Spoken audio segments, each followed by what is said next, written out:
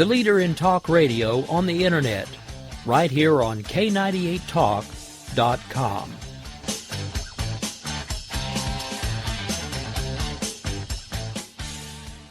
When our water heater broke down last month, it was a nightmare. It took 5 hours for the plumber to show up, and he charged us a couple of $100 just to come out. And then it cost another $1,800 to put in the new water heater. By the time it was all said and done, I felt like I'd been taken. But what else could I do? The smartest thing you can do is get a home warranty from American Residential Warranty. Their home warranties pay to repair or replace all your major appliances when they break, and they will break, and at the worst possible time. Call American Residential Warranty right now for free information on home warranties starting at just pennies a day. Don't wait for your refrigerator to stop running or your ceiling fans to stop turning. Call American Residential Warranty right now. Ask how you can save up to 50% on washer and dryer coverage. Just call 1-800-513-6154. That's 1-800-513-6154. Again, 1-800-513-6154. Call now.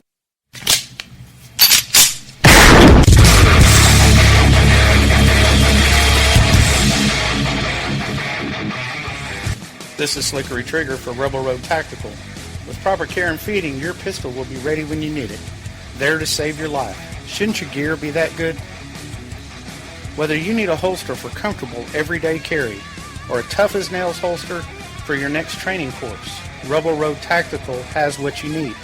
Check us out on the web at rebelroadtactical.com.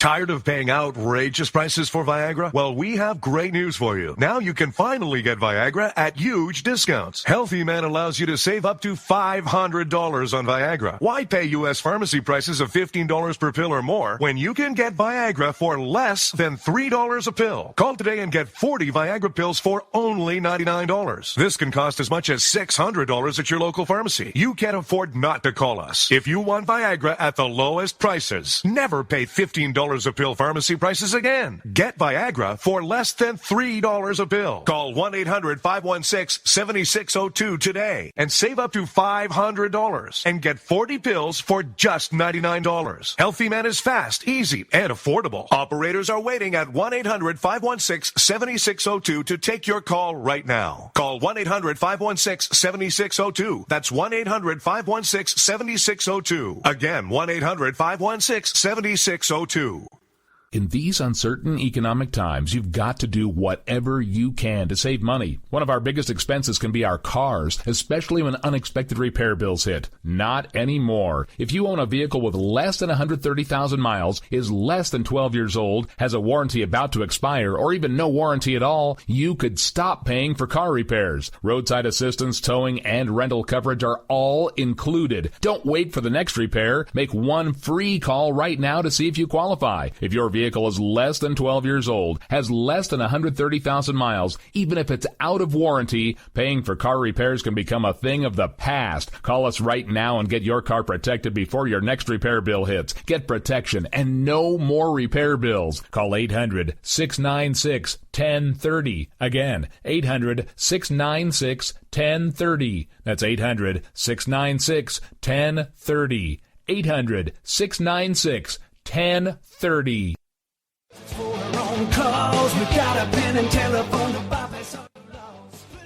Alright folks, this is Rick Robinson with you. I want to tell you about some friends of mine from a company called Security Enforcement Specialists. When I ran my security agency for 12 years, I worked with one of these partners on a daily basis. He's been involved in this agency now, and with his other partner, they do have over 30 years of experience in the private security industry. If you own a business and you need someone to keep you or your customers or residents safe, then I highly recommend contacting Security Enforcement Specialists today. Give them a call at 405-703-1796. Again, that's 405-703-1796. Again, tell them Rick from K98 Talk sent you. Like I said, if you need the help, they are here for you. So make sure that you go look them up, check them out, and see what they can do. Wrong way. Welcome to the place.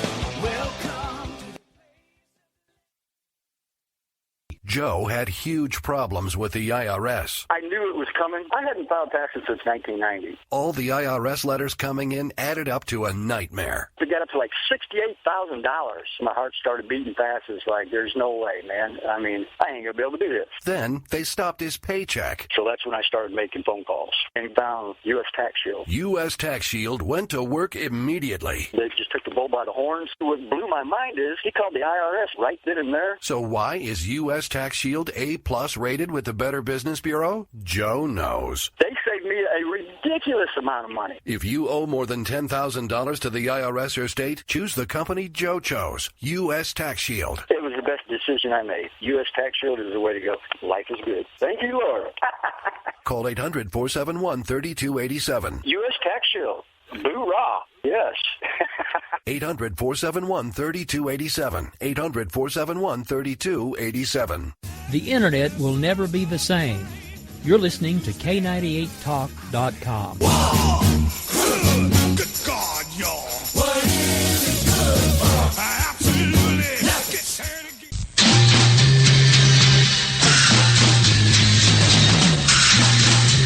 From the East Coast to the West Coast and around the world on the Internet, we're coming to you live from the CCRS studios. WNJC 1360. This is the Conservative Commandos radio show with your host, Rick Trader. The Conservative Commandos radio show, where the newsmakers go to be heard.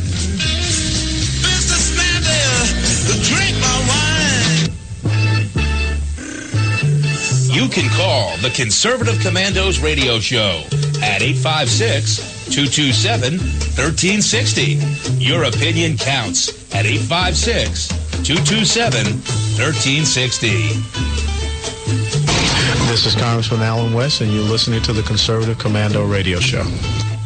And welcome, everybody, and welcome, fellow patriots, and welcome once again to the Conservative Commandos radio show. I'm Rick Trader, coming to you live from the studios of the Conservative Commandos Radio Network at WNJC 1360, our flagship station in Philadelphia, and around the world on the Internet with CPR Worldwide Media, TalkStream Live, SHR Media, K98 Talk, iHeartRadio, Rebooting, Liberty Radio Network, AM/FM 24/7, and a whole bunch of others. And joining me today as my co-host is the president and CEO of Frontiers of Freedom, George Landreth. George, welcome back to Conservative Commandos Radio Show. It's great to be with you, Rick. I always enjoy it. I do too, George. I always enjoy spending this time with you. And what's on your radar screen this day? Well, obviously, a lot of things, because, of course, a lot of things are going on. But I thought maybe it might make sense just to lead off with you and I just chatting a little bit about what we saw in the debates the other night. And this is always risky because, we could, say something that will offend some of our listeners. Because I've noticed there's this odd thing now. I used to think debates were there for you to watch and become informed and then figure out who you wanted to support based on what you observed in the debates. Mm-hmm. What I've determined is that the debates are actually like a football game, and you cheer for your team. Mm. And even if they're playing poorly or doing poorly, you cheer for them anyhow. And at least that's what I've noticed. It seems to me there's a lot of people out there that are doing that. And as a result, no one actually seems to listen to the debate, at least from a I'd like to learn something perspective. So on one level, this is risky because I haven't yet picked my guy in the race yet. I've got a couple people that I, early on was prepared to give a shot to see what they could demonstrate. Everyone else, I thought, I'd seen enough of that I was either for or against them in general. But I haven't really picked my guy out yet. So I'm not watching a debate thinking to myself, I hope my guy does well. Yeah. Unlike, say, when I, watch, a football game. I'm rooting for one team or the other. And I don't change my views. Like, for example, when the Redskins played the Patriots are a better team, and they look like the better team. I didn't transition during the game and go, well, I guess I'll be a Patriots fan because they're a better team. Yeah. Because it's different. You're a fan of the sport. and you're a fan of your team, so you kind of root for him even when the chips are down type thing. But it's a little odd in a primary where the purpose of these debates is not to give us something to cheer about. It's to help us figure out who we want to support. I really do feel like I'm watching a football game with people, and it's just kind of odd. So with that in mind, are you willing to be risky, and we can talk a little about what we saw? Absolutely. Recognizing that we might offend some fans out there? Well, George, if I was worried about offending people, I guess I wouldn't be doing this show. Fair enough. But and I wouldn't do what I do either. I didn't want to lock you into that if that was a problem. No, not at all. And, George, I fall into that category. I have my favorite. I make no bones about it. My favorite is Ted Cruz. When I look at the cast of characters that is running, I've settled on Cruz. Okay, but it's very interesting to watch the debates, and yes, I can understand exactly what you're talking, that analogy that you're talking about of the football game, because I want Cruz to do well. I really do. But I think that. There's nothing wrong with that. I didn't mean to suggest, but no. My point is, if he had said in the debate, I think our military is too big. I think the best way for us to fight ISIS is to try to get them to like us. I know he didn't say any of this. So I'm not accusing him of saying this. I said, if he said that, you would have been, A, surprised, shocked, disappointed, and you'd probably be looking for a new candidate to support. I would. I honestly would, George. Okay. But you know what, George? You're not actually then truly just a fan yet. You like him, and he's your favorite, but it's not just because you're rooting for him. George, I'm a fan of the United States of America. There you go. I want what I do believe is best for our country. And as of right now, I think that Ted Cruz would be that man. Now, I don't have any particular favoritism to Ted Cruz. In fact, I have been trying for 2 years to get him on the Conservative Commandos radio show without success. So it isn't like that I'm cheering or rooting for him because he's done me any favors. He hasn't. But when I look at this cast of characters that is up there, as well as the cast of characters for the Democrat Party, and when I listen to them, when I think about them, when I look at not just what they've said during these debates, but what they've done in life, I got to be honest with you, the guy that I choose right now is Ted Cruz. But I did come up with an observation in watching the debates, George. And let me ask you, when you were a young man, maybe in your late teens, early 20s, and interested in women, I see Ted Cruz is like a woman who you want to date to have a good time, if you know what I mean. But after you grow up and you mature a little bit, and you're looking for someone to marry, you look for somebody who's a bit more serious, who maybe is a bit more stable, maybe who thinks more like you, and I see Ted Cruz as that type. So he's the more serious. I think he is. Not the. I think he's. I think I like Ted Cruz. I like Donald Trump for the things he says and does. How he doesn't seem to care about what people think or say about him. You know, he goes ahead and says what he wants to say anyway. But I think when push comes to shove, and it's going to get down to picking a candidate, I think a lot of the voters says, yeah, Trump was a good time, Sally, but as far as somebody to commit myself to, I want somebody who's stronger, who's more level-headed, who's had some experience in government, and I think that person is Ted Cruz. Well, that's an interesting way of seeing it. I don't have any fault with anything you said there. I haven't narrowed myself down to one. I probably narrowed myself down to a couple. There's a few that I obviously are I dismiss out of hand just because, I'm pretty doggone conservative, and as a result of that, I'm not that interested in, attaching myself to somebody who's not conservative. Mm-hmm. But having said that, one of the things I think was interesting about the debate is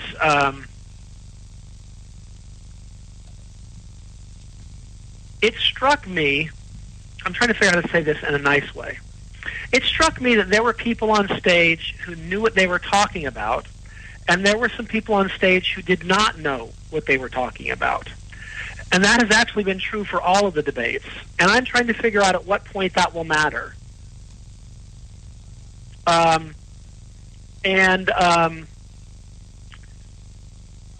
Well, here, I'll just go ahead and come right out with it. When I was a boy, my mother, when I went off to birthday parties, would always tell me, make sure you say thanks, make sure you... There are certain things that, a mother wanted her son to understand. It was, how to be gracious and polite, things that you did and didn't do that, were just not nice things.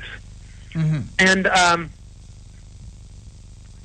I don't understand why Mr. Trump gets a pass for speaking his mind when all he's really doing is being a fifth-grade bully and incredibly immature and rude. I don't get that. And I'm not even, like, for example, it doesn't matter to me that he says rude things to Mr. Bush, Governor Bush. He was never somebody I was interested in. Mm-hmm. So it isn't personal with me at all. I just don't. It is unseemly. Let's put it that way. If that were me when I got home and my mother found out about it, she'd walk me back over to the house and say, "You're going to apologize for that. That's ridiculous. We don't behave like that. I taught you better than that." Mm-hmm. And I'm just trying to figure. I don't get it. Is my point. In answer to the question about whether or not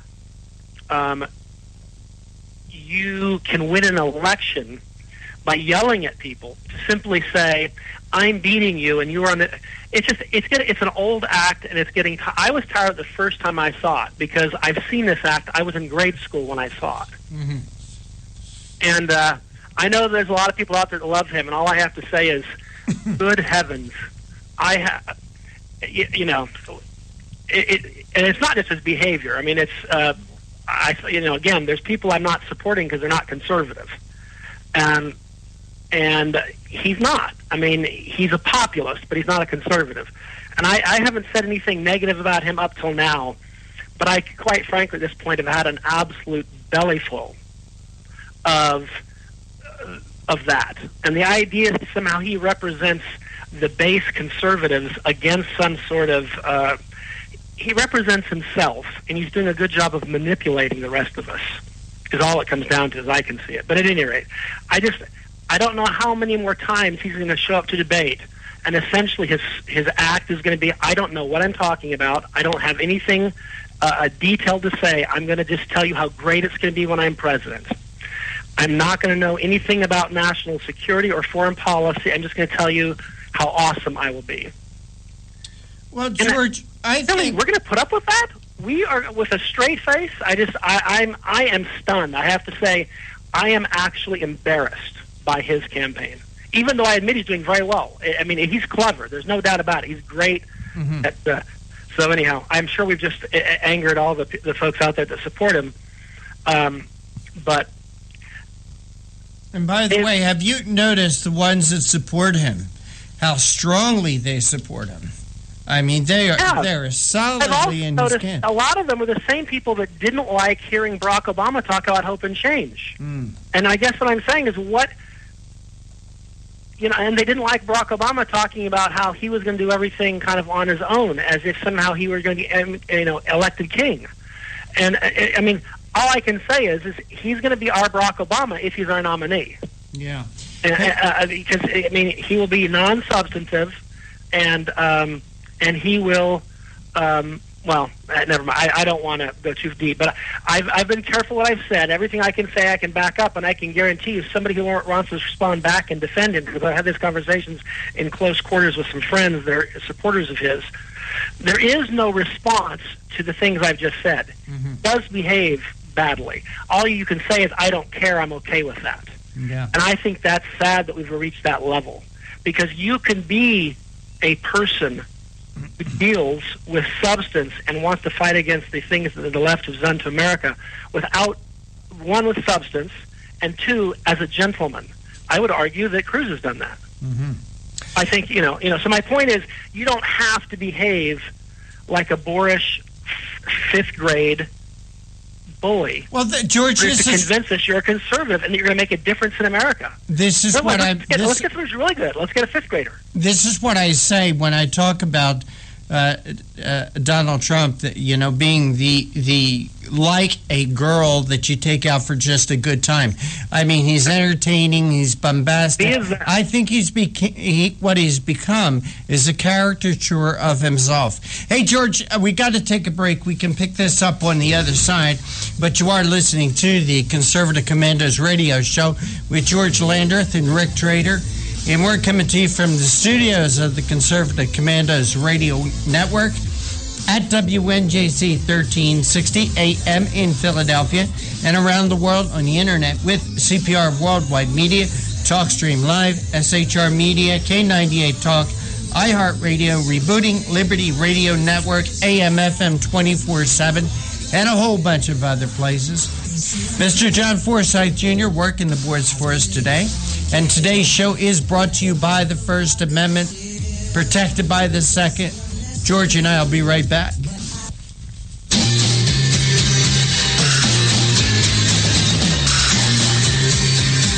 The Conservative Commandos radio show is expanding to become the Conservative Commandos Radio Network. We are establishing a front line of conservative radio broadcasters and ironclad patriots to declare war against the madness of liberalism and the Obama administration. Are you tired of the disregard for our Constitution? Do you still have faith in the American dream? Are you looking for sensible, smart radio? If so, listen to the Conservative Commandos Radio Network every weekday from 11 a.m. to 7 p.m. and Saturdays from 2 to 6 p.m. on WNJC Radio, 1360 on your AM dial, or around the world on the internet at WNJCradio.com. Check out our website, CCRSnetwork.com, for rebroadcasts and network updates. We are the Conservative Commandos Radio Network, where now even more newsmakers go to be heard. Hi, this is Bob Viden, owner of Bob's Little Sports Shop in Glassboro, New Jersey. I've had the opportunity to travel in many foreign countries, and I've seen what happens to people when they lose their freedom. I wrote this poem. Give us freedom was the cry as they marched throughout the night. At Concord Bridge in Trenton, for freedom they would fight. To build a nation that would last with peace and liberty, it is a job that's never done if we are to be free. They wrote a declaration to announce that we are free, then a constitution for all the world to see. But this is ink on paper. We must make it last. It must always be defended, and that is quite a task. Today the battle rages for freedom in our land. To save our Constitution, we all must take a stand. We must stand up for freedom in our actions every day, and you can stand up with us. Join the NRA. This is Bob Viden of Bob's Little Sports Shop in Glassboro, New Jersey. You may call us at area code 856-881-7575 or visit us online at bobslittle.sportshop.com.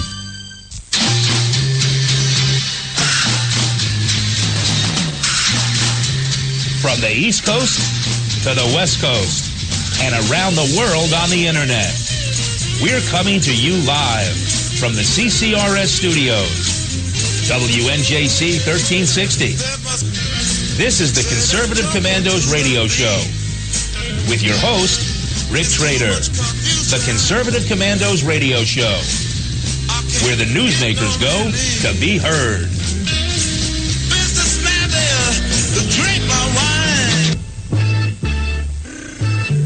You can call the Conservative Commandos radio show at 856-227-1360. Your opinion counts at 856-227-1360. This is Congressman Alan West, and you're listening to the Conservative Commando radio show. Welcome back to the Conservative Commandos radio show with George Landreth and yours truly, Rick Trader. And for rebroadcasts of our shows, check out our websites, ccrshow.com or ccrsnetwork.com, or mornings at 9 a.m. log on to leadingedgeradionetwork.com. At 1 p.m. you can log on to roarradio.net. At 2 p.m. log on to highplainsdailynews.com, and you can also hear our show from your telephone by calling 832-999-1199. You don't need an app. You don't need to download anything. Just remember, write down that number, 832-999-1199. So if you can't get to your radio, can't get to your computer, hopefully you'll have your phone with you. George, we've got couple very interesting guests today. Who will you be speaking with at 4:05? Well, I've got Roger Arnoff. He is the editor at Accuracy in Media, and he's worked through a lot of his life as a journalist, a TV producer, a director. So he's been in the, in that field for quite a while, and he was also the organizer of the Citizens Commission on Benghazi. So he has written, produced, and directed award-winning documentaries, and he's also done some work on how liberals have created everything from neoconservatism to he also had a show called Think Tank with Ben Wattenberg. But he has a really interesting article out, and we want to talk to him a lot about the Muslim Brotherhood and how the media deals with those who, I think, speak the truth about the Muslim Brotherhood. It'll be an interesting conversation because you do have this political correctness out there. Even after all the things we've witnessed, you've got people who just can't bring themselves to tell the truth about terrorists and what they're doing, and he's got a great article. So I think it'll be a very interesting conversation. All right, and at 4:35, we're going to be speaking with Dana Allen. He's the leader of a new television network and website, the American Uncensored News Network. Dana is one of the co-founders and chairman of Newsmax, and he was also the president of American Investigator Television. And Dana's going to be joining us to talk about a documentary he's working on. Why do people become Democrats? And I've seen a few previews of it. I believe it's very interesting. I love how the documentary is putting points together in an orderly fashion to make it easy to understand. So Dana is going to be joining us today to talk about the documentary and also talk about school indoctrination, how Democrats, through teachers, through professors, use school indoctrination to build the Democrat Party from the earliest possible ages. So that'll be Dana Allen at 4:35. George, we've talked about Donald Trump, the debates just the other day, and I still go back to the fact that I think that Donald Trump is serving a purpose, that he's bringing a lot of attention to the debates. But George, one thing about him is the American people tire very easily. They tire of people. They tire of celebrities. And I just wonder if there isn't going to be a Trump whiplash. I don't know. It'll be interesting to see. I mean, I do. I would have thought would have happened by now. I mean, there's some of the stuff that's gone on that he is kind of excused for. No other politician would have been in either party, quite frankly. So I don't quite understand. That's what I mean by, to me, politics is. I understand the final analysis in the general election. At some point, it does become you're rooting for your guy, and if he makes a mistake, you still support him because you know that he's your guy and he supports your, values and beliefs. But early on, we are trying to pick out candidates. So if the people I liked, because winning is also important. So, for example, if I, in my heart of hearts, believe that my favorite candidate, while I liked what he believed, was just clearly not up to the task of winning an election because he couldn't, put two words together type thing, couldn't sound coherent, then I'd probably start looking for my next best candidate, is my point, because I'm not cheering. Now, once I've got my candidate and we're in the election and we're trying to beat Hillary or Bernie or whoever it is, then I'm obviously rooting for my guy. So I don't know when it happens, but it'll be interesting. But I agree with you, and so as to my peace offering to the devoted Trumpies out there would be, he has definitely brought a lot of attention to politics. He's been an effective critic of Hillary's, which is, I think, helpful. Those are things that can redound to the nation's benefit. So I don't think that everything he's done is unredeemable. I kept waiting for him to start to look like a presidential candidate and sound like he had solutions, as opposed to somebody who was just going to kind of scream and yell and repeat himself. And I haven't seen that yet. So, he could still do it, I suppose, but we're getting close to, we've got, the schedule for when things are going to start happening is coming up, and it's a little, late in the game to, the primary schedule is, I think Monday, February 1st will be the Iowa caucus. There's 2 debates, by the way, between now and then. So who knows? He might change gears, because I did see him on a show the other night last night, I think, he talked about, he admitted he'd been a little divisive, which is as close as, an apology or a mea culpa you'll get from that man. And, he said, he thinks we need to come together. So maybe that was his signal of, I'm going to start working towards building consensus as opposed to spending all my time, It'll be interesting to see. I mean, it's still, quite frankly, early. So he could prove me wrong, and I could end up being, his, precinct chairman here, depending on what he does. But right now, I have to say I'm probably more in your camp than I am in his. There's one of the things that has bothered me about him is how he has made personal attacks against some of the other people running. And I just don't mean personal attacks. He don't like their policies or politics. But when he makes attacks on Carly Fiorina about what she looks like, we don't need that. I think... and he has a thing about Ben Carson and where he goes to church. And just, those kinds of things, I think, ought to be out of bounds. And at least the way my mom raised me was poor form. And you weren't just embarrassing yourself, you were embarrassing your family. Yeah. But you got to... I can remember as a child, for example, I think I forget what it was, but it was at a store. I was probably 4 or 5 years old, and I think I picked a pack of gum up on the way out, and my mom discovered it. And, she marched me back in, and, we had to give it back and apologize, and I understood I'd shamed the family by doing that. Yeah. And it made an impression on me. I learned how to behave. Indeed. All right, George, we're up against our next break. You are listening to the Conservative Commandos radio show with George Landreth and Rick Trader. We're coming to you from the studios of the Conservative Commandos radio network here at WNJC 1360 in Philly and around the world on the internet with CPR Worldwide Media, TalkStream Live, SHR Media, K98 Talk, iHeartRadio, Rebooting Liberty Radio Network, AM, FM 24/7. Wow, this list gets longer and longer, and we appreciate everybody who carries us. Don't go away. George and I will be right back. That's my prerogative.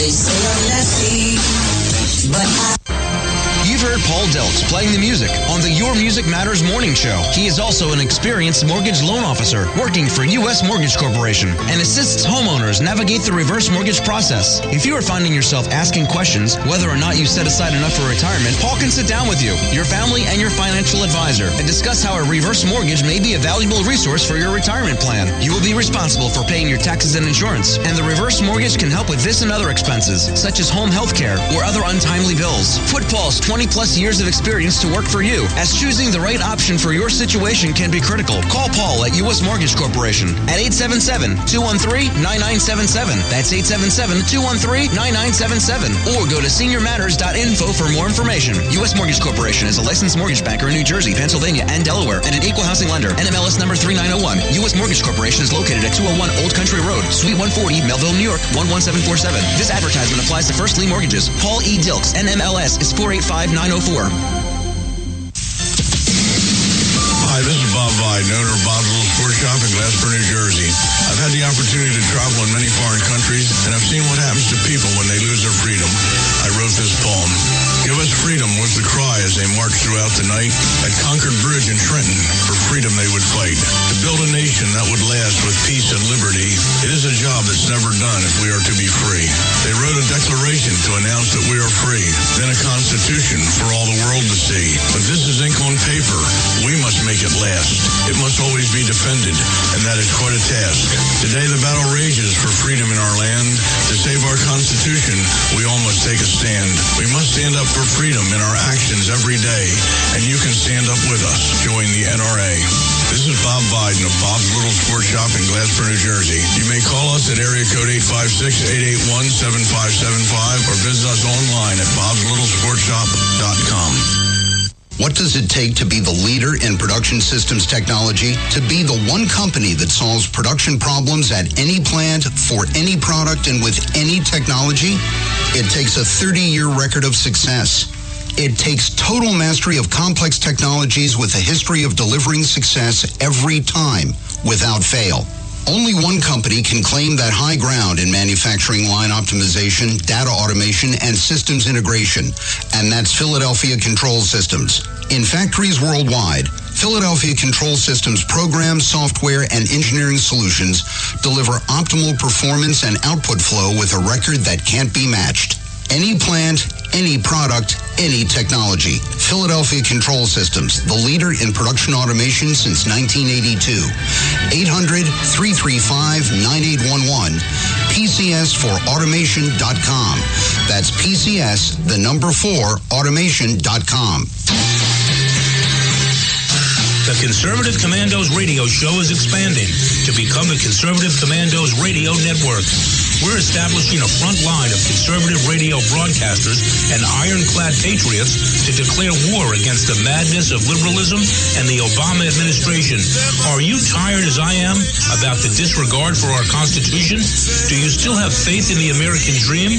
Are you looking for sensible, smart radio? If so, listen to the Conservative Commandos radio network every weekday from 11 a.m. to 5 p.m. on WNJC Radio 1360 a.m. or around the world on the internet at WNJCradio.com. Check out our websites, ConservativeCommandosRadioNetwork.com and CCRN.com for rebroadcasts and network updates. We are the Conservative Commandos Radio Network, where even more newsmakers go to be heard.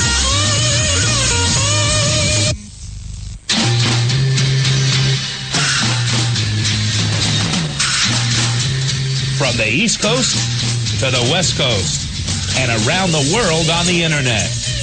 We're coming to you live from the CCRS studios, WNJC 1360. This is the Conservative Commandos radio show with your host, Rick Trader.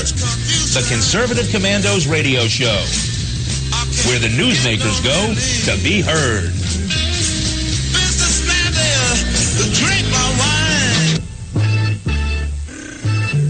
You can call the Conservative Commandos radio show at 856-227-1360. Your opinion counts at 856-227-1360. This is Congressman Alan West, and you're listening to the Conservative Commando radio show.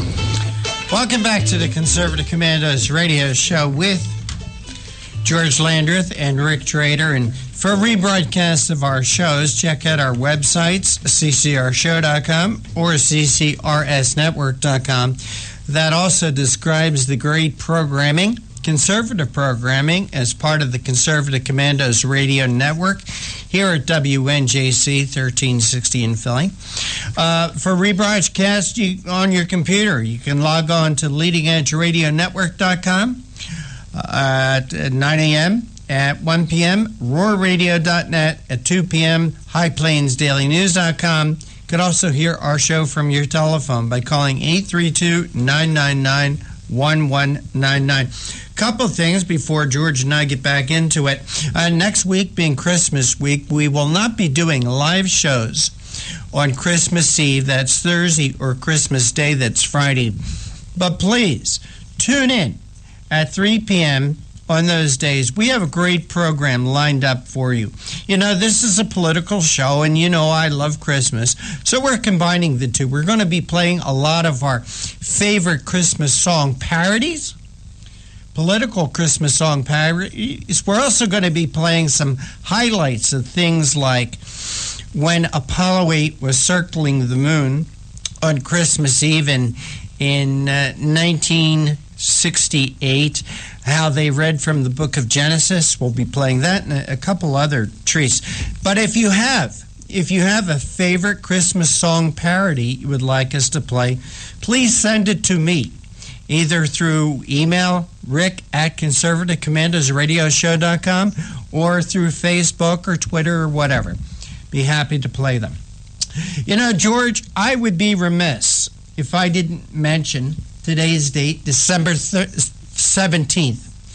Since I love flight and everything that flies, December 17th, 1903, this day in aviation was the first flights by the Wright brothers in Kitty Hawk, North Carolina, a place that I've visited many, many, many times. That's amazing. Yep. It's hard to imagine that that occurred, and then within 60 years they were orbiting the moon. It is. The quantum leap. That. I mean, their first flight was, 100. It was 112 feet. It was like 120 feet, wasn't it? It was 112 feet. And when you think about it, that flight was not as long as the wingspan of a 747. And in 1969, which was 66 years later from that day in Kitty Hawk, 66 years later, we were landing men on the moon and returning them. Right. It's to me, that's incredible. stunning when you think about that. That's a huge jump. I know that later in the same day they had a longer flight. They did. They had two other flights that day, and the longest one, I believe, was 12 seconds. That was the shortest flight was the 12-second flight, the 112 feet. But later that day, they flew like about a quarter mile, I do believe. But it's amazing. And the reason they only flew that far is their engine overheated and seized. And they were so jubilant over that flight, they were jumping up and down and celebrating. And a gust of wind come along and picked up the Wright flyer and really wrecked it. What's not known about the Wright brothers is they were so afraid somebody was going to steal their ideas that they really didn't do any more flying for another 5 years. Interesting. After that point, they didn't do any more flying for another 5 years. And then in 1908, they flew some flights in Paris to prove their point that they did fly. So, yeah. Well, I've always marveled at kind of how quickly we went from essentially, flying about as far as normal people can throw a football, for example, to landing on the moon. We did that in a single lifetime. That's amazing to me. I mean, it really is just a kind of a stunning sort of thing to contemplate. I can't imagine the Wright brothers thought that was possible. On that day, if you'd said, do you think that, if you had a child that was born today, he or she might see some sort of flight to the moon and back? Mm-hmm. They would have laughed at you and said, you're silly. Well, and George, it also breaks my heart. Again, I admit I'm an addict of things that fly, and it breaks my heart that we haven't been back to the moon, and our space program, in my opinion, is broken, and they use it more for social engineering today than anything else. Well, you're right about that. I mean, you see, we just had a launch take place last day or two, and it wasn't an American launch; it was a Russian launch because we've shut down. It's not that we don't have the technology, but we just prematurely shut down our space lift capability, so we can't even get supplies to the International Space Station, which is largely the U.S. space station. Most of that technology is ours. Other countries helped out a bit here and there, but 90% of it's ours. It wasn't possible without us. But now we can't even go up there. Now we have to spend $60 million per flight in rental fees to the Russians to get up there. It's a very disappointing thing. It's not a priority right now. Just for information-wise, George, the Wright's longest flight that day, their fourth flight was 852 feet. It took up 59 seconds, just to be exact. Wow. But I would love to know when, in my opinion, our space program to get us to the moon was because we had leadership in that day. We had John Kennedy, who set a goal for us and set a goal for the country. We also had an adversary. We were in a race against the Soviet Union, okay? And so that helped things a lot. But today, we're fighting terrorism. We're fighting terrorism. We're fighting a terrible economy. So that's interesting you bring that up, that we're fighting terrorism, because there are some military experts out who have, on that very topic, said that our leaders, and by that I think they mean our president primarily, the executive branch, is effectively inviting more terrorism by its policies. Everything from this attitude of we're much more concerned about hurting the feelings of people who don't live here in the United States. So, in other words, foreigners. We're more concerned about hurting their feelings than we are about protecting the lives of Americans. And that those policies will only embolden and invite attack. Because if they believed that we would stop them and could stop them and that they would be unsuccessful in their efforts, fewer would try. Now, there'd still be a few very committed people who would still try nonetheless. And then hopefully we would have, by our serious efforts, be able to stop them. But when you make it clear that it's not really a super high priority to stop, and that it's a bigger priority to deal with climate change, it's a bigger priority to make sure you don't ask politically incorrect questions of people who are coming to the United States from other countries. When that's your primary focus, then you're just inviting trouble, and you embolden people. So, to me, it's a dangerous situation.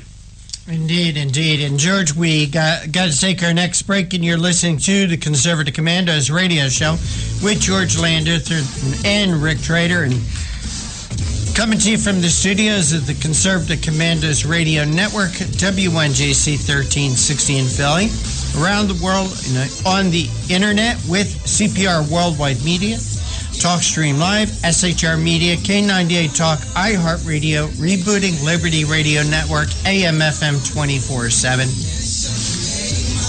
Don't go away. George and I will be right back. They say I'm crazy. I really don't care. That's my prerogative. They say I'm nasty, but I...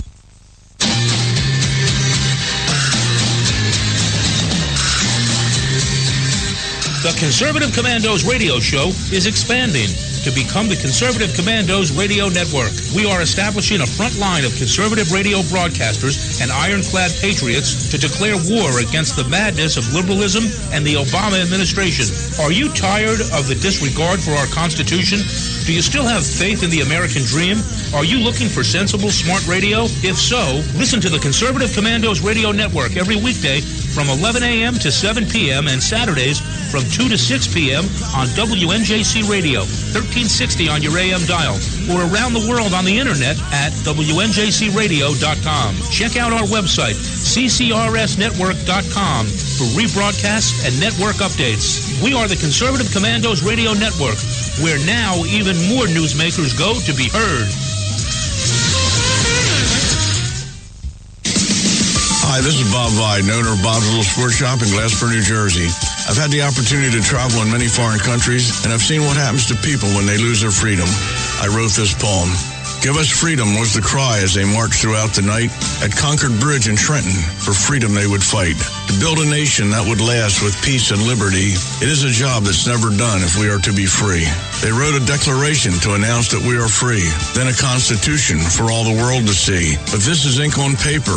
We must make it last. It must always be defended, and that is quite a task. Today the battle rages for freedom in our land. To save our Constitution, we all must take a stand. We must stand up for freedom in our actions every day, and you can stand up with us. Join the NRA.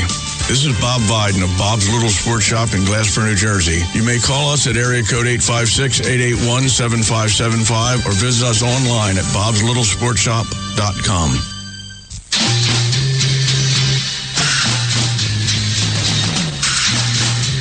From the East Coast to the West Coast and around the world on the Internet, we're coming to you live from the CCRS studios, WNJC 1360.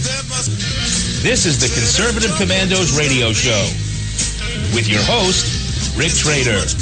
The Conservative Commandos radio show, where the newsmakers go to be heard. Drink my wine.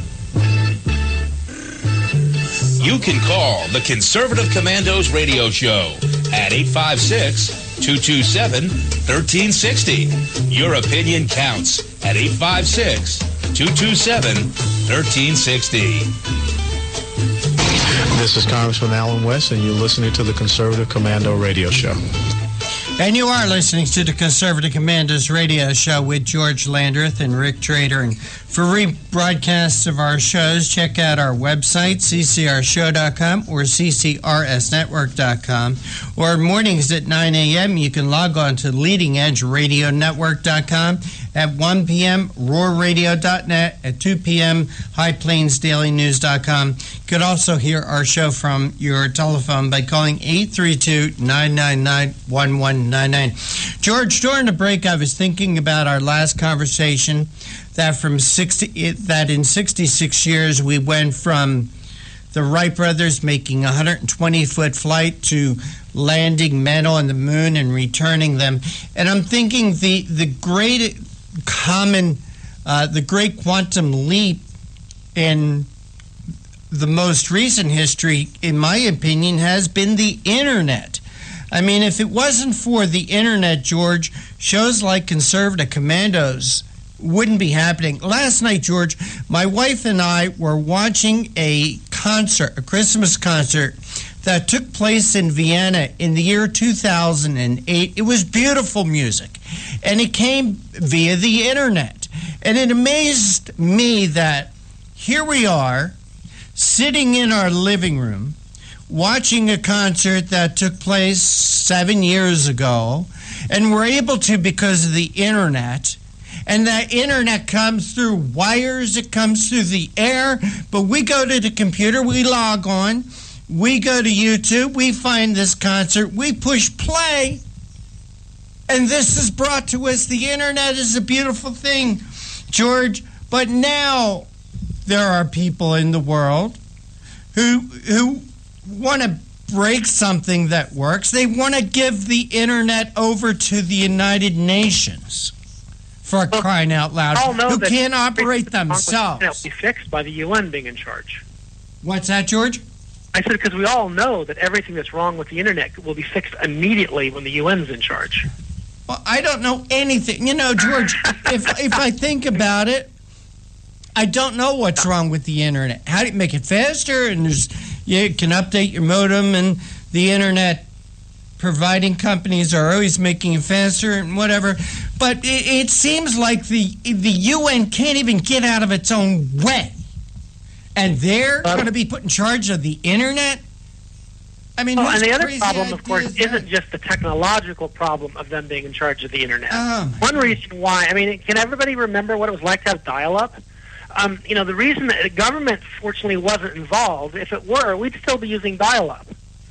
But because we, free enterprise is involved, we don't, that's not the issue. And so to me, it's pretty important that we keep the Internet, both for technological reasons, but I would argue the other reason is, quite frankly, even more pragmatic, which is the First Amendment matters. And there is no way that the UN will respect ask yourself this. Around the globe, what country focuses on the importance of free speech the way we do? And if you were to say England or even Canada, you would be wrong. They do not support it the same way we do. And so I guess my point is we should be very careful.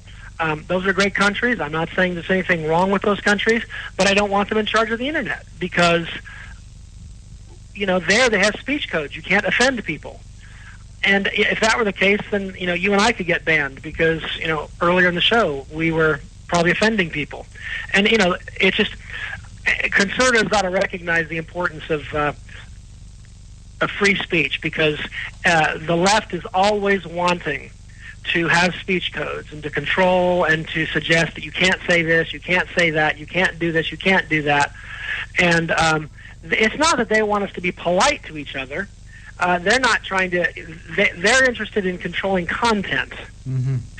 And so the first thing they're going to do is find the things that we say, and by we, I don't just mean you and I mean the things that our listeners say, as unacceptable. And they're going to come out... the idea of the UN being in charge strikes me as absolute lunacy.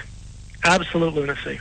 I agree with that, George. And I can't find it. I was trying to find it. I saw something, and I'll be honest with you, I didn't read it. It was an article about a pastor. It was either in Canada or Great Britain that was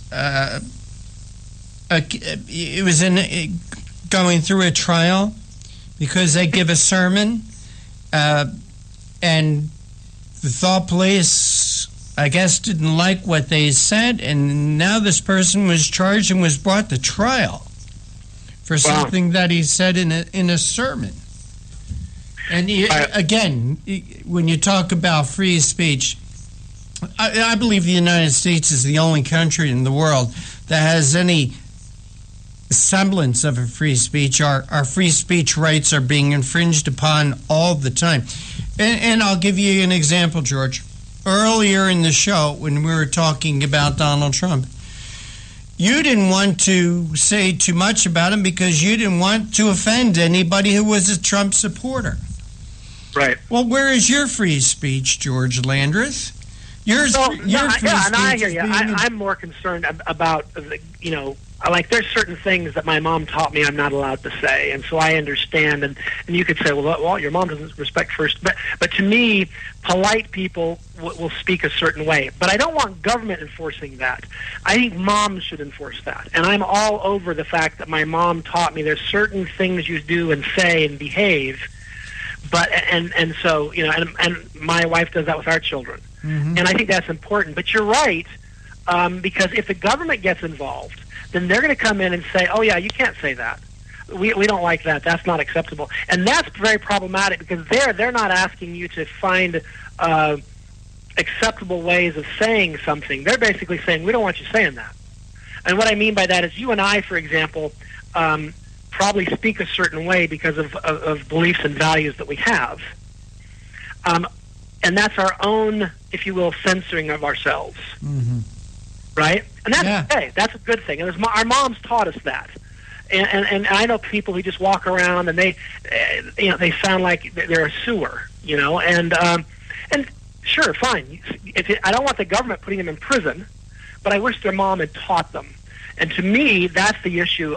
And yet, when you hear people in the UN talk, and you hear international voices talk, what they end up complaining about the Internet is not that it needs to be faster or that they need to have, a better standard that makes it easier for different computers or devices to log on to it. Nothing like that. They, believe it or not, their number one complaint is there's too much information and it confuses the populace. Well, let me get you. Want to guess where they're from? The kind of places they're from? Yeah, go ahead. Well, they're from like Iran. They're from North Korea, China, Russia. They're concerned about their populace being misled and confused by all the information out there, and so they feel like government should step in and help alleviate that problem. That is incredible. Too much information. So once America gives up the internet, what we're going to be is we'll have that same problem, which is we'll have international voices determining what an American can post on their Facebook page or their website, what news an American can read. So if you like reading if you like going to websites that you go to now, whether it's Drudge Report or Fox News or whatever, Real Clear Politics, those sites would be deemed offensive by the UN and they would not be available to you. Mm-hmm. Half the posts that I see on Facebook that deal with politics would be offensive, and they'd be taken down if the UN has its way, because their goal is to the people who want control. That's what they've always wanted. That's the beauty of the internet. Is in the old days it was really easy for government to control the media because you had to own a tower and a broadcaster, and it required a lot of money, and usually millions of dollars, to create this infrastructure for the various. But now the internet, doggone it, anybody can publish, anybody can broadcast, anybody can do this, and it doesn't take a lot of money. And as a result, there's a lot more information out there. And if you're a totalitarian dictator, this is very frustrating for you. Because doggone it, that's not what you wanted. You wanted to be if you see a radio tower go up that's not approved, you just knock it down. Well, how do you get around servers and stuff like that if dissidents are posting things you don't want them to? I'm a big fan of the internet, and the reason is because it is a tool to bring to people information that governments do not want them to have. And I would argue, quite frankly, that Barack Obama doesn't want us to have. Barack Obama is not a committed First Amendment guy. George, could you imagine where our country would be if it wasn't for, one, the internet, two, talk radio? Because our media, the mainstream media, being controlled by liberals, being controlled by the left, being controlled by the Democratic Party. Yeah. People need to go to the internet. People need to go to talk radio to get anything like the truth. Exactly. Well, the other thing that I think is great along those lines, and just a minute ago, I should say before I do that, I made an allegation that he's not committed to the First Amendment. The reason why I know he's not committed to the First Amendment is because he's used the IRS to silence people that disagree with him. Mm-hmm. He's used many different government agencies, not just the IRS. That's the most famous one. But he's used OSHA, he's used labor, and he's used other agencies to silence those who disagree with him. That's not something that somebody who is a proponent of the First Amendment does. So free speech does not matter that much to him. His speech being free does matter, but your and my speech being free does not matter to him. And so that's why I don't want any government. I don't even want my government in charge. The founders did not want our government in charge of the media. That's why we have a First Amendment. So it's just amazing to me that there are those who are thinking that it's a good idea to turn the internet over to the world's dictators and two-bit potentates. Well, as Barack Obama said, he felt that the Constitution was a flawed document. That's what he called it, George. Hey, George, with that, we're up against our next break, and you are listening to the Conservative Commandos radio show. I'm Rick Trader. George Landreth is joining me today as my co-host, and we're coming to you from the studios of the Conservative Commandos Radio Network at WNJC 1360 in Philly, around the world on the internet with CPR Worldwide Media, TalkStream Live, SHR Media, K98 Talk, iHeartRadio, Rebooting Liberty Radio Network, AM/FM 24/7, and a whole bunch of others. Just on the other side, George and I are going to be speaking with Roger Aronoff. He's the editor of Accuracy in Media, talking about the media continue attacks on Muslim Brotherhood critics. This is what we're talking about, First Amendment right here. Don't go away. George and I'll be right back. Mortgage loan officer working for U.S. Mortgage Corporation and assists homeowners navigate the reverse mortgage process. If you are finding yourself asking questions whether or not you set aside enough for retirement, Paul can sit down with you, your family, and your financial advisor and discuss how a reverse mortgage may be a valuable resource for your retirement plan. You will be responsible for paying your taxes and insurance, and the reverse mortgage can help with this and other expenses, such as home health care or other untimely bills. Put Paul's 20-plus years of experience to work for you, as choosing the right option for your situation can be critical. Call Paul at U.S. Mortgage Corporation at 877-213-9977. That's 877-213-9977. Or go to seniormatters.info for more information. U.S. Mortgage Corporation is a licensed mortgage banker in New Jersey, Pennsylvania, and Delaware, and an equal housing lender. NMLS number 3901. U.S. Mortgage Corporation is located at 201 Old Country Road, Suite 140, Melville, New York, 11747. This advertisement applies to first lien mortgages. Paul E. Dilks, NMLS is 485904. Hi, this is Bob Vide, owner of Bob's Little Sports Shop in Glassboro, New Jersey. I've had the opportunity to travel in many foreign countries, and I've seen what happens to people when they lose their freedom. I wrote this poem. Give us freedom was the cry as they marched throughout the night. At Concord Bridge in Trenton, for freedom they would fight. To build a nation that would last with peace and liberty, it is a job that's never done if we are to be free.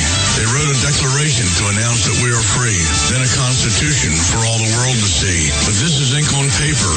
We must make it last. It must always be defended, and that is quite a task. Today the battle rages for freedom in our land. To save our Constitution, we all must take a stand. We must stand up for freedom in our actions every day, and you can stand up with us. Join the NRA. This is Bob Biden of Bob's Little Sports Shop in Glassboro, New Jersey. You may call us at area code 856-881-7575 or visit us online at bobslittle.sportshop.com. What does it take to be the leader in production systems technology? To be the one company that solves production problems at any plant, for any product, and with any technology? It takes a 30-year record of success. It takes total mastery of complex technologies with a history of delivering success every time, without fail.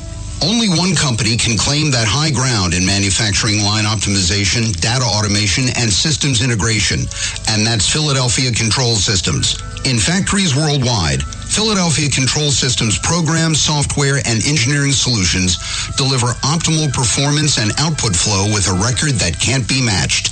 Any plant, any product, any technology. Philadelphia Control Systems, the leader in production automation since 1982. 800-335-9811. PCS4automation.com. That's PCS, the number 4, automation.com. The Conservative Commandos radio show is expanding to become the Conservative Commandos Radio Network. We're establishing a front line of conservative radio broadcasters and ironclad patriots to declare war against the madness of liberalism and the Obama administration. Are you tired, as I am, about the disregard for our Constitution? Do you still have faith in the American dream? Are you looking for sensible, smart radio? If so, listen to the Conservative Commandos Radio Network every weekday from 11 a.m. to 5 p.m. on WNJC Radio 1360 a.m. or around the world on the internet at WNJCradio.com. Check out our websites, ConservativeCommandosRadioNetwork.com and CCRN.com for rebroadcasts and network updates. We are the Conservative Commandos Radio Network, where even more newsmakers go to be heard.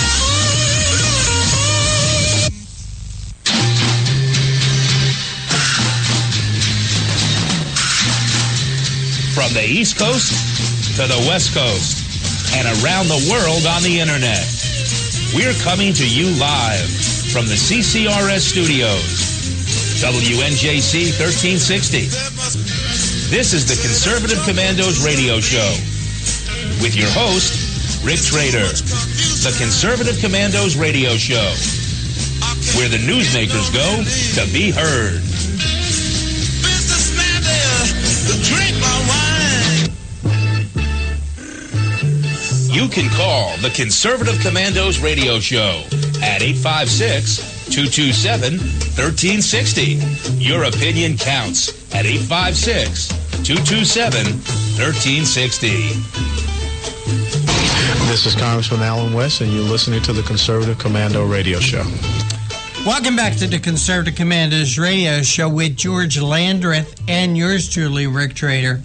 If you want to hear a rebroadcast of this show, please check out our website, ccrshow.com or ccrsnetwork.com. Or mornings at 9 a.m., you can log on to the leadingedgeradionetwork.com. At 1 p.m., log on to roarradio.net. And at 2 p.m., log on to highplainsdailynews.com. Or you could hear our show any time of the day by calling 832-999-1199. George Landreth, we do have our first guest with us today, and will you please make the introduction? Absolutely. We have Roger Aronoff on the line with us. He is the editor of Accuracy Media. He's worked as a journalist, a TV producer, a director, a writer, and a distributor. He was the organizer of the Citizens Commission on Benghazi.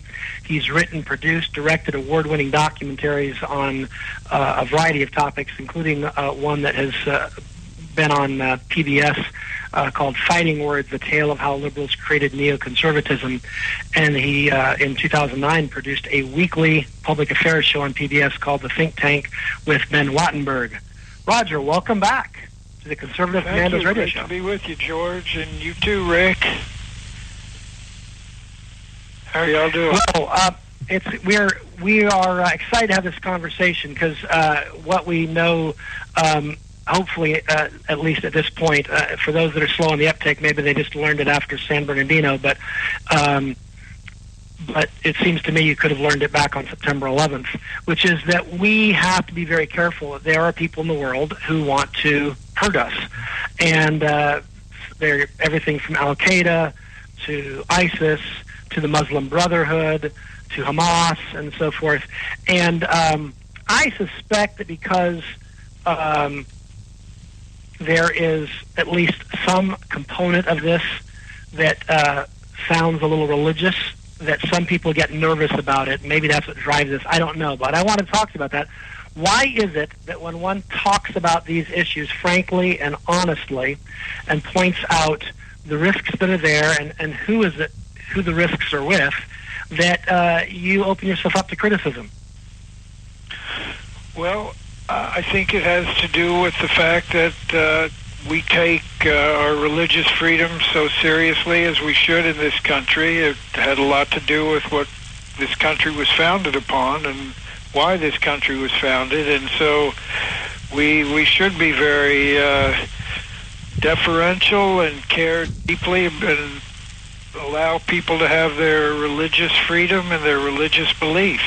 It's only when that religion perhaps is more than a religion at times, that members of that religion, some of them are inspired or believe that their religion tells them to do things that are quite disastrous for another place. For instance, 9/11, as you just mentioned. And then we recently had the attacks in San Bernardino and Chattanooga, which for a while the FBI wasn't going to label as terrorism, but even when they do call it terrorism, they hesitate to call it Islamic terrorism. As a matter of fact, the administration goes to great lengths to keep saying that this has nothing to do with Islam, and when these acts keep taking place, but so that's for starters. One of the things that I think is interesting about this issue is I understand, but I think we spend way too much time talking about it, which is because we feel like we have to say it, every minute. There are obviously, Muslims in the armed forces who are patriotic. They're putting their lives on the line to protect us, just like any other member of the armed forces, and they're good Americans. I got that. But when you condemn the Muslim Brotherhood or something like that, there's always I always feel like if you don't spend the first 5 minutes of that conversation pointing out that not every Muslim is bad, and yet at some point it seems like that should just be obvious. That when you talk about the Muslim Brotherhood, we're not talking about the entire universe. We're talking about people who want to kill us, not people who want to worship according to the dictates of their own conscience. And someone can say, well, to me that's a little frustrating. It's just political correctness. Let me go ahead and make the disclaimer right now. We're not saying all Muslims are terrorists, but I guess we're saying that all jihadists are Muslims, and that jihadists, whether they are the Sunni Muslim Brotherhood types or the Iranian Shiite, they're great concern. We got a lot to be concerned about, and this is part of what inspired this latest article that we're talking about here today, which I can get into, which absolutely, basically, in following up after what happened in San Bernardino last week on CNN. They had Frank Gaffney and Michael Weiss on to talk about it, and it immediately turned to attacking Frank Gaffney, who is the head of the Center for Security Policy, a former Undersecretary of Defense under Reagan, and someone who I have great admiration for, and I think he's been a powerful force in this country for good and for peace through strength, and he's also been a leading force in bringing to light the Muslim Brotherhood and what they're about and who they are and where they are in this country, and he's been a leading critic of the organization CARE, which in fact has been clearly identified as a Hamas or Muslim Brotherhood front organization here that poses as a civil rights organization. Absolutely. Well, you're exactly right. I mean, I know Frank. He's done a lot of very good national security work over the years, and I think this is an important issue as well, and it's obviously a national security issue. I will tell you, there's only one area I guess I would disagree with him on any of this. I think he's right on CARE and the Muslim Brotherhood. In some cases, I think he has labeled some folks that are, good patriotic Americans as if they're part of the problem, and he's not factually accurate on that part of it. But I would agree with you that I can guarantee that's not what he was being attacked for on CNN. He was being attacked because he had the temerity to talk about the importance of battling terrorism and understanding that the Muslim Brotherhood is one of the important international foundational elements of the international terrorist movement. And I think that's important work. It has to be done. And I think it's funny that after all not funny in a humorous way, but in a sad way, that these are conversations that make people uncomfortable. I don't understand it. After the Japanese bombed Pearl Harbor, was it uncomfortable to talk about the need to make sure that we won the war? I hope not. I hope every American wanted to win the war. It's just, right. I do not understand that. Well, I think it comes back to that issue of religion and what is going on in the mosques. We have our churches, we have our synagogues, we have our mosques, and it's somehow gotten to the point where we have come to see that many mosques actually have preachers or imams who are basically encouraging jihad. And, some will say, well, that just means a personal struggle, but others view jihad as actually going after and violently attacking infidels as they see them. And then we know there are a lot of plots have come out of some of these mosques, and that's been a big area of concern, and that brings up the area of infiltrating the mosques, and should governments be doing that, and trying to find out what kind of things are being hatched in these places. Absolutely. Well, think about this for a moment. What if I were to start a church with Rick, and we took a traditional holy book and used that as our script, but the real purpose of our meetings was to plan to rob banks and kill people? Would the fact that we call it a church give us protection from law enforcement? I don't think so. It shouldn't. We shouldn't be able. And that's my point, is when the enterprise is trying to commit essentially not just crimes but acts of war, I don't know how you can hide behind the religion thing. It's very frustrating to me. And I'm all about respecting religion, don't get me wrong. But I think you cross a line when you are talking about killing people and blowing things up. Absolutely, and that's what makes this such a difficult issue. In other words, it's It is part ideology and part religion. And Roger, we've got to take a quick break. Will you be able to stick with us through the break? Sure. Great. We would love to have you because this is a good conversation. We want to keep it going. We are coming to you live from the Conservative Commandos Radio Network studios, WNJC Radio, 1360, our flagship station in Philadelphia, and, of course, around the world on the Internet with CPR Worldwide Media, TalkStream Live, SHR Media, K98 Talk, iHeartRadio, Rebooting Liberty Radio Network, and AM/FM 24/7. We will be right back. They say I'm crazy. I really don't care. That's my prerogative. They say I'm nasty, but I...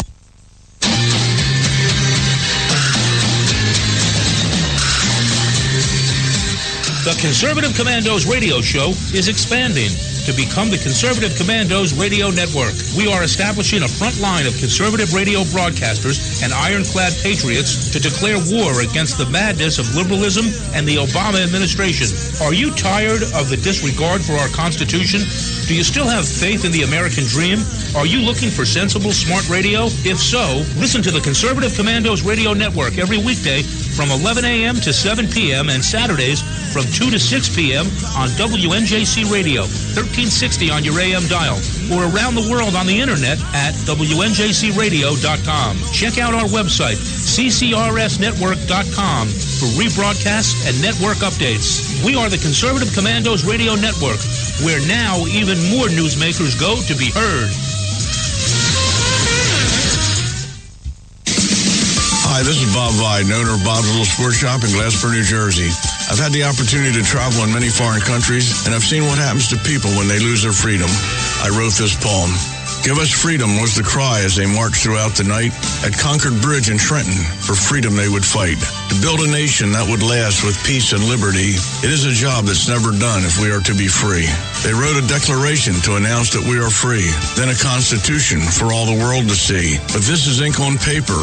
We must make it last. It must always be defended, and that is quite a task. Today the battle rages for freedom in our land. To save our Constitution, we all must take a stand. We must stand up for freedom in our actions every day, and you can stand up with us. Join the NRA. This is Bob Viden of Bob's Little Sports Shop in Glasper, New Jersey. You may call us at area code 856-881-7575 or visit us online at bobslittle.sportshop.com.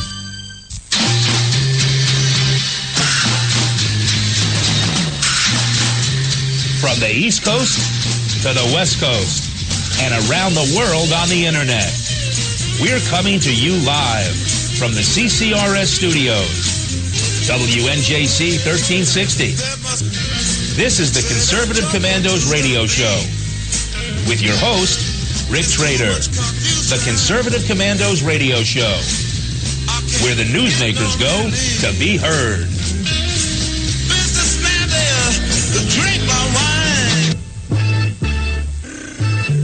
You can call the Conservative Commandos radio show at 856-227-1360. Your opinion counts at 856-227-1360. This is Congressman Alan West, and you're listening to the Conservative Commando radio show.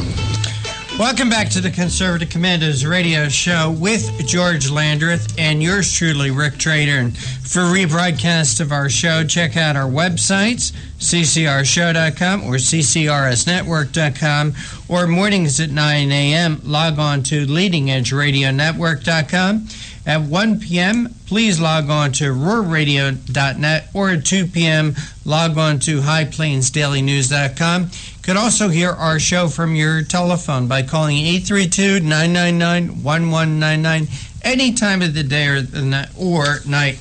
Our guest this segment is Roger Aronoff. He's the editor of Accuracy in Media. And we're discussing his article, Media Continue Attacks on Muslim Brotherhood Critics. Roger, thanks for holding through that break. We appreciate your time. Sure, Rick. Thank you. Appreciate you. And Roger, in your article, you talk about the you talk about CAR, Council on American Islamic Relationships, and in your article, you're right, CNN's Don Lemon falsely maintained that there wasn't a connection between CAR and the Muslim Brotherhood, but shortly after CAR was founded, its executive director was videotaped publicly declaring support for Hamas. So it seems like the media, why do they have their blinders on towards CAR or Islamic fundamentalism wanting to wipe us off the earth? Look, they have sort of worked their way in, I think, rather deceitfully to pretend to be just the moderate Muslims as opposed to the radicals. But, you know, we saw what happened in Egypt with Mohammed Morsi, you know, the head of the Muslim Brotherhood there, and when he came to power, he basically shredded the Constitution. You had the largest gathering of people, 30 million people came out, and basically they overthrew him. But there's many Muslim Brotherhood advisors to President Obama that are surrounding him, and topic that no one wants to bring up. We remember the time when Michelle Bachmann and a few others brought up the fact that Huma Abedin, who's the top aide to Hillary Clinton, has strong Muslim Brotherhood ties in her family. So the real question, and this should be a discussion, should we be concerned about the Muslim Brotherhood, or should we just think of them as sort of the Elks Lodge of Muslims, you know, or the group, in fact, that spawned Al-Qaeda, Hamas, you know, let's see, you know, there are so many of the people that we've become familiar with who have been part of the Muslim Brotherhood, and it's really something that should be discussed. I think it's something that should be asked of every candidate, what they know about them and what they think about them, because look, Obama really has gotten a free pass on that. The fact he has all these people, advisors, very close to him who are part of that. So is that a subject that we should be concerned about? Well, Frank Gaffney and the Center for Security Policy think so. Steve Emerson and the Investigative Project on Terrorism clearly think so. And I believe, look, the FBI used to have a relationship with CARE, and after the Homeland Foundation trial a decade or so back, they cut off ties with them because it became quite clear that they are a front group for the Muslim Brotherhood. And these are sensitive topics, but you know, our survival is at stake. And you look at what's going on around the world, and we really need to be extremely vigilant and careful in how we proceed. And then you have all these issues when we're trying to vet people coming into the country. So there's a lot of very sensitive issues at stake, but our survival should be number one, and we need to be very careful about who we let into this country and what happens once they get here, and how we monitor them and treat them. And so, you know, I realize these are sensitive issues, but it's something that needs to be faced. And people like Frank Gaffney, Steve Emerson, Claire Lopez, you know, Claire Lopez and Admiral Lyons, who I know you're familiar with. They've been on your show, yes, and they're of our Citizens Commission on Benghazi, and they have been sounding the alarm for years about the Muslim Brotherhood. And in my article, which people can find at AIM.org, again, it's called Media Continue Attacks on Muslim Brotherhood Critics.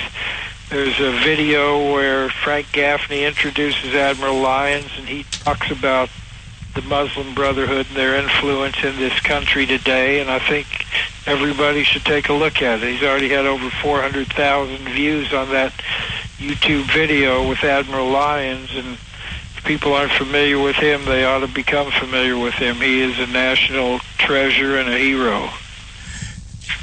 Roger, talking about, okay, let's go back to the title of your piece. Media continues attacks on Muslim Brotherhood critics. Let's talk about the media. Why are they so protective of the Muslim Brotherhood? Why have they become apologists for everything Muslim and Islamic? Every time there's an attack, media are there to make excuses for them and justify it in ways. What is the connection between Islam and the media? You talked about the different connections of the Muslim Brotherhood to Hillary Clinton, to Barack Obama, that they have people very close to them and on their staffs. But why isn't the media investigating these connections? Well, partly, and this is what we at AIM have talked about for years, is that the media, the mainstream media, are largely in bed with the Democrats and always looking to protect them, cover for them, and they have a complete double standard, if you even want to call it that, as far as how they look at scandals and look at, in other words, I also have another piece up this week about Hillary, and it's, how they want to talk about all Trump's lies as they characterize them. How about looking at Hillary's lies and her emails and what she said about Benghazi and all these things? So they have a complete double standard. So they are doing all they can to protect President Obama, Hillary Clinton from things that they are involved with that are very dicey, very suspect, and that should be scrutinized. That I believe that if leading Republicans had those sort of ties like that they would be hammered by them. Oh, absolutely. I mean, if Hillary Clinton was a candidate, the media would be all over her as far as her emails, the Benghazi connections. Hey, Roger, it's always great having you on. Once again, please remind our audience how they could follow your work and that work and the work of AIM.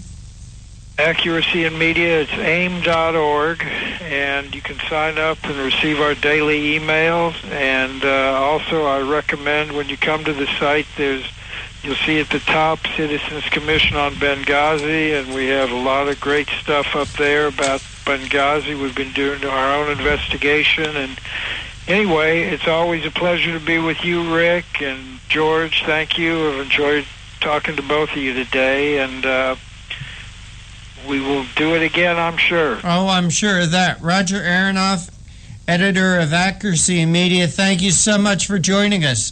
Merry Christmas, Happy Holidays, Roger. Merry Christmas to you. And we are going to take a break. You're listening to the Conservative Commandos with George Landreth and Rick Trader, coming to you from the studios of the Conservative Commandos Radio Network at WNJC, 1360 AM in Philly, and around the world on the good old internet at CPR Worldwide Media, TalkStream Live, SHR Media, K98 Talk, iHeartRadio, Rebooting Liberty Radio Network, AM/FM 24/7, and a whole bunch of others. On the other side, we'll be joined by Dana Allen. He's the creator of America Uncensored News Network. Be right back. You've heard Paul Deltz playing the music on the Your Music Matters morning show. He is also an experienced mortgage loan officer working for U.S. Mortgage Corporation and assists homeowners navigate the reverse mortgage process. If you are finding yourself asking questions whether or not you set aside enough for retirement, Paul can sit down with you, your family, and your financial advisor and discuss how a reverse mortgage may be a valuable resource for your retirement plan. You will be responsible for paying your taxes and insurance, and the reverse mortgage can help with this and other expenses, such as home health care or other untimely bills. Put Paul's 20% 20-plus years of experience to work for you, as choosing the right option for your situation can be critical. Call Paul at U.S. Mortgage Corporation at 877-213-9977. That's 877-213-9977. Or go to seniormatters.info for more information. U.S. Mortgage Corporation is a licensed mortgage banker in New Jersey, Pennsylvania, and Delaware, and an equal housing lender. NMLS number 3901. U.S. Mortgage Corporation is located at 201 Old Country Road, Suite 140, Melville, New York, 11747. This advertisement applies to first lien mortgages. Paul E. Dilks, NMLS is 485904. Hi, this is Bob Vide, owner of Bob's Little Sports Shop in Glasper, New Jersey. I've had the opportunity to travel in many foreign countries, and I've seen what happens to people when they lose their freedom. I wrote this poem. Give us freedom was the cry as they marched throughout the night. At Concord Bridge in Trenton, for freedom they would fight. To build a nation that would last with peace and liberty, it is a job that's never done if we are to be free. They wrote a declaration to announce that we are free, then a constitution for all the world to see. But this is ink on paper. We must make it last. It must always be defended, and that is quite a task. Today the battle rages for freedom in our land. To save our Constitution, we all must take a stand. We must stand up for freedom in our actions every day, and you can stand up with us. Join the NRA. This is Bob Biden of Bob's Little Sports Shop in Glasper, New Jersey. You may call us at area code 856-881-7575 or visit us online at bobslittle.sportshop.com. What does it take to be the leader in production systems technology? To be the one company that solves production problems at any plant, for any product, and with any technology? It takes a 30-year record of success. It takes total mastery of complex technologies with a history of delivering success every time, without fail. Only one company can claim that high ground in manufacturing line optimization, data automation, and systems integration, and that's Philadelphia Control Systems. In factories worldwide, Philadelphia Control Systems programs, software, and engineering solutions deliver optimal performance and output flow with a record that can't be matched. Any plant, any product, any technology. Philadelphia Control Systems, the leader in production automation since 1982. 800-335-9811. PCS4automation.com. That's PCS, the number 4, automation.com. The Conservative Commandos radio show is expanding to become the Conservative Commandos Radio Network. We're establishing a front line of conservative radio broadcasters and ironclad patriots to declare war against the madness of liberalism and the Obama administration. Are you tired, as I am, about the disregard for our Constitution? Do you still have faith in the American dream? Are you looking for sensible, smart radio? If so, listen to the Conservative Commandos Radio Network every weekday from 11 a.m. to 5 p.m. on WNJC Radio 1360 a.m. or around the world on the internet at WNJCradio.com. Check out our websites, ConservativeCommandosRadioNetwork.com and CCRN.com for rebroadcasts and network updates. We are the Conservative Commandos Radio Network, where even more newsmakers go to be heard.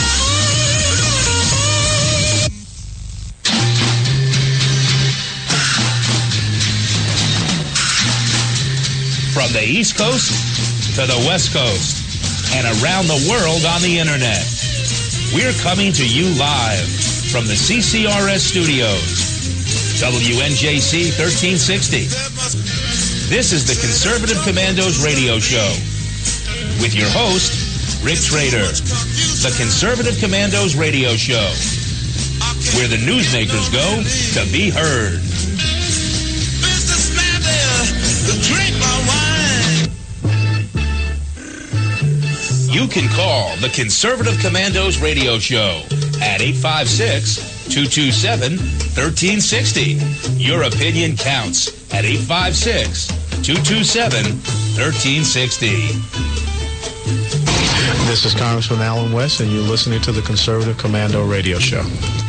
Welcome back to Conservative Commandos radio show with George Landreth and Rick Trader. And for rebroadcast of our shows, check out our website, ccrshow.com or ccrsnetwork.com. Or mornings at 9 a.m., you can log on to leadingedgeradionetwork.com. At 1 p.m., log on to roarradio.net. At 2 p.m., highplainsdailynews.com. You could also hear our show from your telephone by calling 832-999-1199. And our next guest is a returning guest, gentleman we love having here on the show. Dana Allen is the leader of a new television network and website, American Uncensored News Network. Dana is the co-founder and chairman of Newsmax, and he was also the president of American Investigator Television. Dana was also the CEO, president, and chairman of Susquehanna Corporation. And Dana, welcome back to Conservative Commando's radio show. Hello, Rick. Thanks for having me on. I think that's Sequoia. Did I? Yeah, Sequoia Data. Sequoia. Sorry I butchered it the first time. But it's great to have you back. Dana, you are heavily involved in what I think is going to be a must-see documentary. Why do people become Democrats? And tell us a little bit about this project. Sure. You've seen a snip that's on YouTube already, and anyone can see it if they want to. Our YouTube channels, American Uncensored News Network, that's the full name of it, and the name of the segments, Why Do People Become Democrats? Number 5, School Indoctrination. Mm-hmm. And, on this, I've surveyed groups of people and asked them, how much more do you think Democrats get of the youth vote simply because of the indoctrination that goes on in grade school, high school, and college? And the average response I get by political pros, people involved, is 20% or more. This is a great corruption of our political system. It's a great corruption of our educational system, and it was very un-American. And it's been going on. When I was in high school, it was going on. When I was in college, it's going on. And today, it's still going on. So what we do is we prove it. If someone has any doubt about it, watch this video. We have about 5 clips of just extreme indoctrination.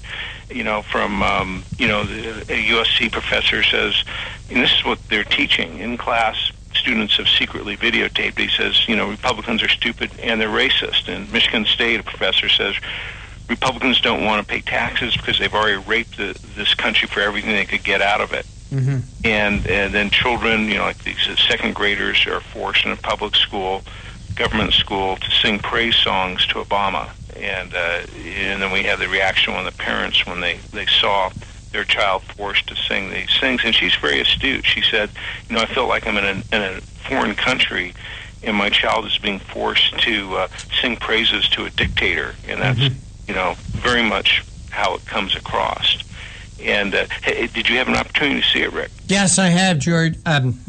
Dana, sorry about that, George. And Dana, but, George, but yeah. But it was very interesting, and you packed a lot in just that 3 minutes, that 3-minute preview. As you said, several examples of students and professors, teachers using bullying and indoctrination in the classroom. You show professors telling out and out lies about Republicans, as you mentioned. The singing of the songs, and also we've seen this clip before, George. It was a school right here in New Jersey. A teacher made her students sing the praises of Barack Obama. Yum, yum, yum. Okay? Yeah. And George, I'm sorry, I did it again. Dana, as I'm watching this, it reminded me of clips that I saw what went on in Nazi Hitler Germany.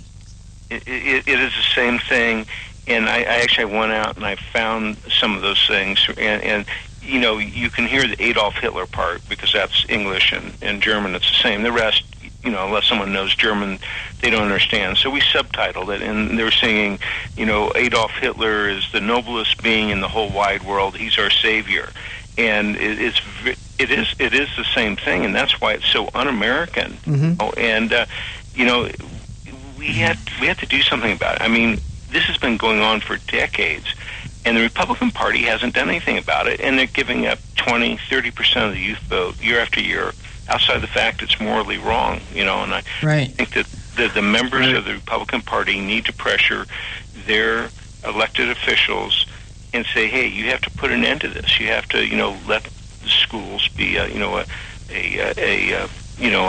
an even playing field so that people can believe what they want to instead of what the teachers are trying to force the students to believe politically.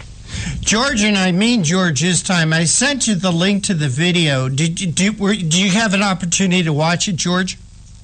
I did there just before the show. You know what got me was the one segment. It was a classroom situation, and it almost looked like a military-style boot camp, where these young men were marching up and coming to attention and praising the attributes of Barack Obama. And again, it reminded me of the Hitler Youth, the brown shirts. Yeah. Well, what I see here is I see basically two problems, and the one that Dana's talking about is, to me, isn't bias. It's just an out-and-out indoctrination, which she's used that word to describe it. And then there's the more subtle problem of bias. And I would argue, for example, that if you go to a Catholic school, you're going to get a pro-Catholic education. If you go to a Baptist school, you get a pro-Baptist education. You go to a Mormon school, you get a pro-Mormon education. That's just how it works, right? If you go to a government school, what are you going to get? We're government. Government education. And that's the subtle part of it. So there's the very kind of obviously malignant part that Dana's talking about. But I would argue, even if you wiped all that out, you'd still have this kind of bias that would leak through and essentially give kids a predisposition to think that government solutions are what we need, and that government's got our best interest at heart, and that government's trying, and all this. And I think our founders wanted us to be suspicious of government. I'm not saying that they hated it, because they created one, obviously, but they were jealous of their freedom, and they understood that there was that government could take their freedom from them. So they were definitely, like I said, they were suspicious of their government. And so the idea that we now have government-run schools that essentially, I think, strip that natural suspicion from kids, so that they're really friendly towards government's a problem, and it makes people less willing to be a watchdog. And it's just, anyhow, Mike, that's one of my concerns, and one reason why I think school choice is so important. And then if they weren't all government schools, it'd be like, if you want to send your kid to a school where they sit there and sing praises to Obama, go for it. That's fine. But schools that take their job seriously and teach how to read, write, and do math and science, they probably aren't going to waste their time learning songs about singing praise to Obama. They'll actually stick to the curriculum. Hey, Dana, I think George brought up some good points. If a parent chooses to send their kids to a Catholic school, they know they're going to get religious education. But not so much. I think a lot of people thinking sending their kids to a public school that they're going to get an unbiased education, but not so much. Right. And also George talked about, the bias part. Yeah. And then there's conflict of interest too, which is, and this is another things that founders were suspicious of, and they didn't want there to be unions, for government workers, is that they... Even FDR didn't want that. Pardon me?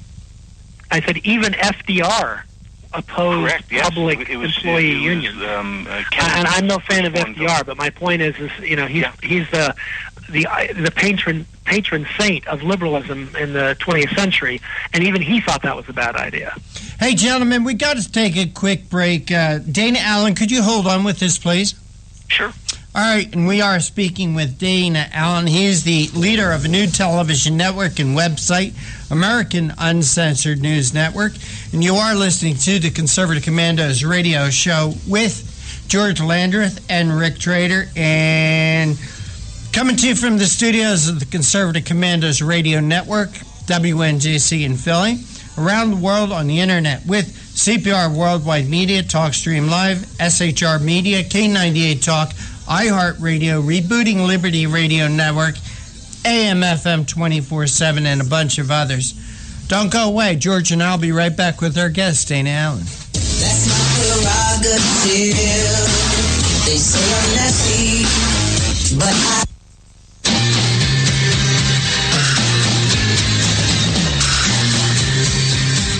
The Conservative Commandos radio show is expanding to become the Conservative Commandos Radio Network. We are establishing a front line of conservative radio broadcasters and ironclad patriots to declare war against the madness of liberalism and the Obama administration.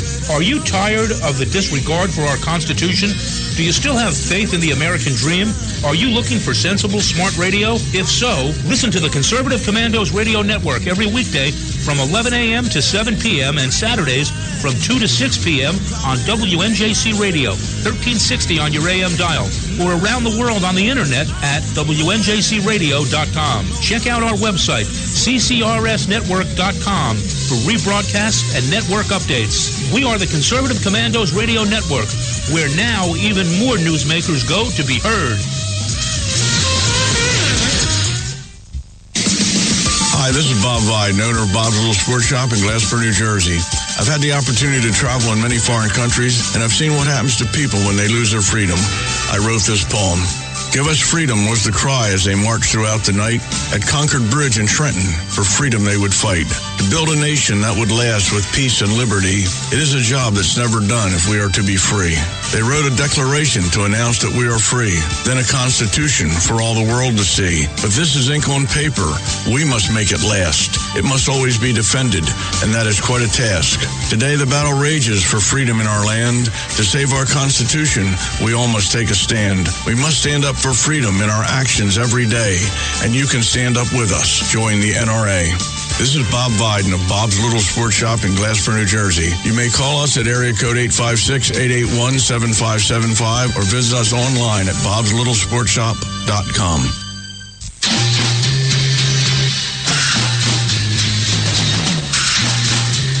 From the East Coast to the West Coast and around the world on the internet, we're coming to you live from the CCRS studios, WNJC 1360.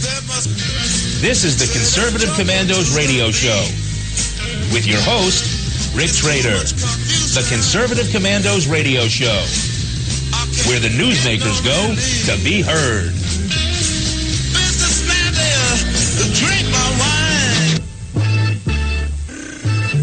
You can call the Conservative Commandos radio show at 856-227-1360. Your opinion counts at 856-227-1360. This is Congressman Alan West, and you're listening to the Conservative Commando radio show. Welcome back, and if you'd like to hear rebroadcasts of our shows, check out our websites, ccrshow.com or ccrsnetwork.com, or mornings at 9 a.m. Log on to leadingedgeradionetwork.com, at 1 p.m. roarradio.net, or at 2 p.m. highplainsdailynews.com, or you could also hear our show from your telephone by calling 832-999-1199. Our guest this segment is Dana Allen. I'm going to say George Allen. Dana Allen. He's the leader of America. I like that as Hail to the Redskins. Hail to the Redskins. Well, I've met his son once, who you probably both know. Yep. Dana, there's one element and we're discussing Dana's documentary, Why Do People Become Democrats? And we're talking about school indoctrination. And Dana, what about the idea that they're teaching revisionist history, and they're also leaving out parts of history, especially about the Democrat Party, how the Democrat Party supported slavery, how the Democrat Party created the Ku Klux Klan, and how the Democrat Party suppressed and fought against voting rights. That's right. They leave that stuff out. Isn't that convenient?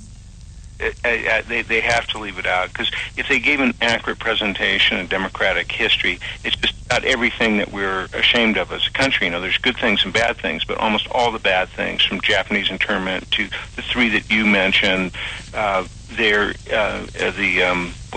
experiment where they let the black people die of syphilis, the Tuskegee experiments, is all done by Democrats. and the Trail of Tears was they campaigned on. They said if you vote, the first election where Andrew Jackson got into power, he says if you vote for us, we will do Indian removal. We will, kill off the Cherokees, take their lands away from them, and you can have them. So, it was like a criminal compact between the two.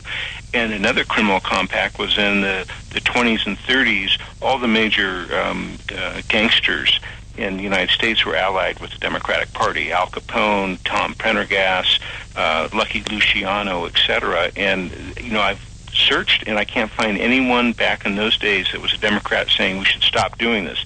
They liked it because the gangsters would do voter fraud for them to get them elected, and then they'd let the gangsters get away with murder, and that was a compact between the Democratic Party and organized crime. So if they put all this out, which should be put out because it's the truth, it would ruin the Democratic Party.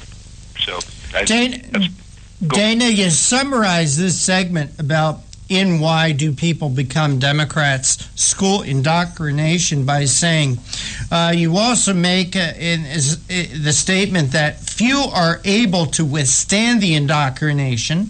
Some recover afterwards. Others stay Democrats for the rest of their lives.